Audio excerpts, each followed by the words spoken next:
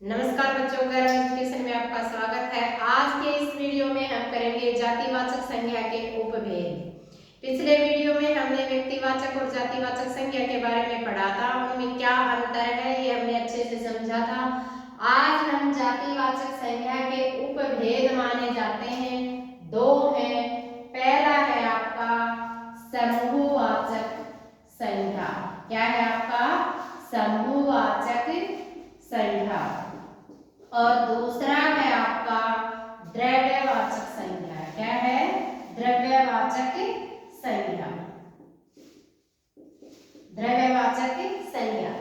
अब भाई समूहवाचक संज्ञा कहते किसे हैं हम? जो संज्ञा शब्द क्या है? जो संज्ञा शब्द किसी समूह या समुदाय का बोध कराते हैं, किसी समूह या समुदाय का क्या कराते हैं? बोध कराते हैं। क्या कहलाते हैं आपके? समूहवाचक संज्ञा कहलाते हैं। क्या कहलाते हैं आपके? समूहवाचक संज्ञा कहलाते हैं। समूहवाचक संज्ञा हम किसे कहेंगे? जो संज्ञा शब्द किसी समुदाय या समूह का क्या कराते हो? बोध कराते हो। समूहवाचक या समुदायवाचक संज्ञा कहलाते हैं। जैसे उदाहरण के तौर पर हमने जैसे सैनिकों की टुकड़ी आ रही है, सैनिकों की टुकड़ी आ रही है। इसमें भी जो टुकड़ी शब्द है वो क्या है आपका? समूहवाचक संज्ञा है। इसमें एक सैनिक नहीं होगा, लोगों का क्या है? जितने भी सैनिक हैं उनका समुदाय मिलेगा। जितने सैनिक हैं उनका क्या मिलेगा? समुदाय मिलेगा, समूह मिलेगा। तो टुकड़ी शब्द में क्या है आपकी? समूहवाचक संज्ञा है। एक है भाई आपका झुंड बनाकर चलो। क्या है? झुंड बनाकर चलो। तो झुंड में एक बच्चा शामिल नहीं होगा भाई, या एक इंसान शामिल नहीं होगा, ठीक है। या फिर अगर हम पशु का जिक्र करें तो इसमें क्या है? पशु का झुंड होगा तो उसमें एक पशु शामिल नहीं होगा। तो क्या है? समूह या समुदाय का पूर्व का क्या करें? बोध कराएं। क्या कहलाते हैं आपके? समूहवाचक संज्ञा कहलाती हैं। तो झुंड शब्द में क्या है आपकी? समूहवाचक संज्ञा है। अगला है आपका भाई द्रव्यवाचक संज्ञा। क्या है? दूसरा नंबर है आपका भाई द्रव्यवाचक संज्ञा। द्रव्य का मतलब होता है भाई तरल पदार्थ या फिर कोई पदार्थ हो। द्रव्यवाचक संज्ञा क्या है? द्रव्यवाचक संज्ञा। जो संज्ञा शब्द किसी क्या है? परिभाषा कैसे देंगे? जो संज्ञा शब्द किसी पदार्थ या द्रव्य का बोध कराए। किसी पदार्थ या द्रव्य का बोध कराए। पदार्थ या द्रव्य का बोध कराए। क्या कहलाते हैं आपके? द्रव्यवाचक संज्ञा कहलाती है। कराए क्या होती है? द्रव्यवाचक संज्ञा कहलाती है। क्या है? जैसे डिब्बे में तेल है। क्या है? डिब्बे में तेल है। तो तेल क्या है? द्रव्य पदार्थ है। तो कौन सी संज्ञा है इसमें? द्रव्यवाचक संज्ञा है। जितने भी आपके प्लास्टिक हैं, सोना है, चांदी है, पीतल है, जितने भी धातुएं हैं या फिर तेल है, द्रव्य पदार्थ में आ गया, आदि कई शब्द ऐसे हैं जिसमें क्या है आपकी? द्रव्यवाचक संज्ञा आती है। एक रह गया भाई अपना, हमने किया कि संज्ञा के तीन भेद होते हैं। एक पढ़ा हमने व्यक्तिवाचक संज्ञा, दूसरा पढ़ा हमने जातिवाचक संज्ञा, और तीसरा क्या है?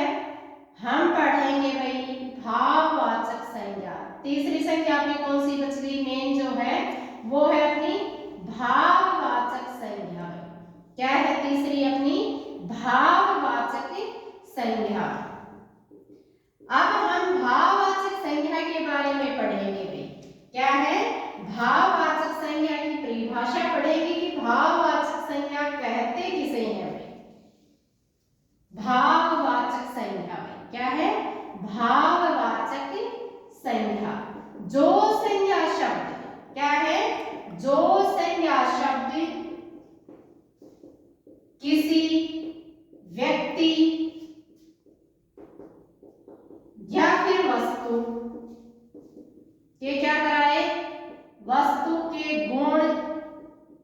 दोष, दशा, अवस्था आदि। स्थिति आदि का क्या कराए? बोध कराए। क्या कहलाते हैं? आदि का बोध कराए। क्या कहलाता है भाई? आपका भाववाचक संज्ञा कहलाता है। क्या कहलाता है? जो संज्ञा शब्द किसी के गुण बताए, उसकी कमियां बताए, या उसकी दशा कैसी है, उसकी अवस्था कैसी है, उसकी स्थिति कैसी है, इन सब के बारे में बताए, कौन सी संज्ञा कहलाती है? अपनी भाववाचक संज्ञा कहलाती है। जैसे बचपन, यौवन और बुढ़ापा। और बुढ़ापा जीवन की क्या है? 3 अवस्थाएं हैं। क्या है? जीवन की 3 अवस्थाएं हैं।